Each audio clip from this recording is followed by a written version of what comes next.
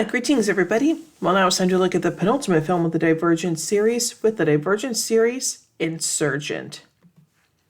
5 days after the assault on the Abnegation faction by the Erudite leader Janine and her mind-controlled dauntless soldiers, Janine has declared martial law and that the Divergents and their allies are the enemy. Among the Abnegation wreckage, the dauntless leaders Max and Eric recover a box with all 5 faction symbols on its sides. Janine presumes that it contains data from the city's founders and the means to end the Divergence problem. As only Divergents can open the box, she orders all Divergents to be captured. The 17-year-old Divergent Triss, her Divergent boyfriend 4, Erudite brother Caleb, and the dauntless troublemaker Pete hide within the Amity compound, led by Joanna. Eric leads the dauntless crew to test all the occupants for Divergence. Peter discloses the group's location as the others escape and board a train headed into factionless territory. 4 reveals to the factionalist that its real name is Tobias Eden, the son of the faction's leader Evelyn, whom he still resents for leaving him with his abusive father Marcus. At the factionalist hideout, Evelyn suggests that dauntless and factionalists unite against Erudite, but 4 declines. The next morning, the 3 leave for Candor to meet up with the remaining dauntless who were given shelter there, including Tori and Triss's best friend Christina. During the trek, a disheartened Caleb splits from the group. Upon arrival, Triss and 4 are arrested and brought before Candor leader Jack Kang, who intends to deliver them to Janine. However, 4 pleads for a trial with the use of Candor's True Serum. The serum reveals the real events, and they are absolved. But Triss tearfully admits killing Christina's lover Will, which angers Christina. The dauntless who have sided with Janine attack Candor, and many Candor members are shot with metal discs. Max and Eric capture Triss, discover that she has a Divergent reading of 100%, making her the perfect subject to open the box. 4 arrives to save Triss and excuse Eric for his crimes. Meanwhile, Janine, frustrated that none of the Divergent subjects has survived the simulations required to open the box, is approached by Peter, who suggests the best way to get to Triss is by exploiting her selfless abnegation upbringing. Back at the factionalist base, 4 reluctantly agrees with Evelyn that war is inevitable. Janine activates the discs, which are a mind control device that causes Christina and her friends Marlene and Hector to walk robotically towards the ledge to ask for Triss's surrender.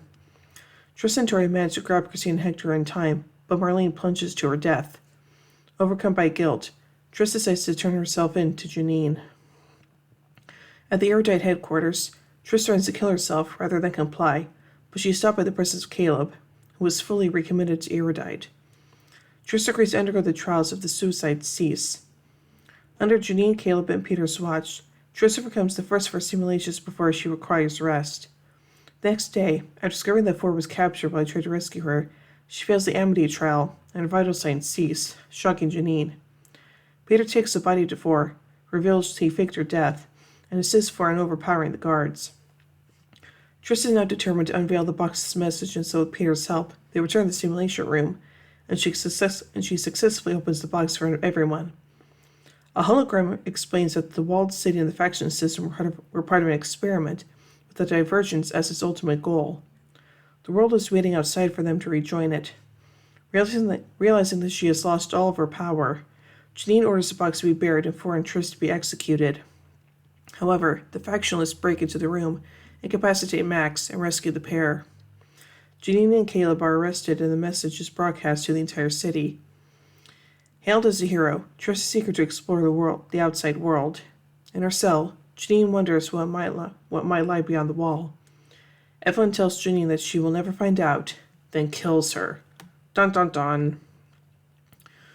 So let's get the production of this movie beginning with the pre-production. In December 2013, 7 Entertainment announced that a film adaptation of Insurgent would be released as the Divergent Series Insurgent on March 20th, 2015, as a sequel to the film adaptation with Divergent, with Brian Duffield originally chosen to write the script for the film. On December 16, 2013, it was announced that Neil Berger, director of Divergent, would return to direct Insurgent due to him still working on the first film.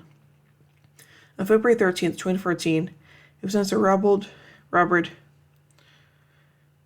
Schwenke, sorry if I mispronounced that, was offered the director position for the film and that Akiva Goldsman had been hired to rewrite Duffield's script.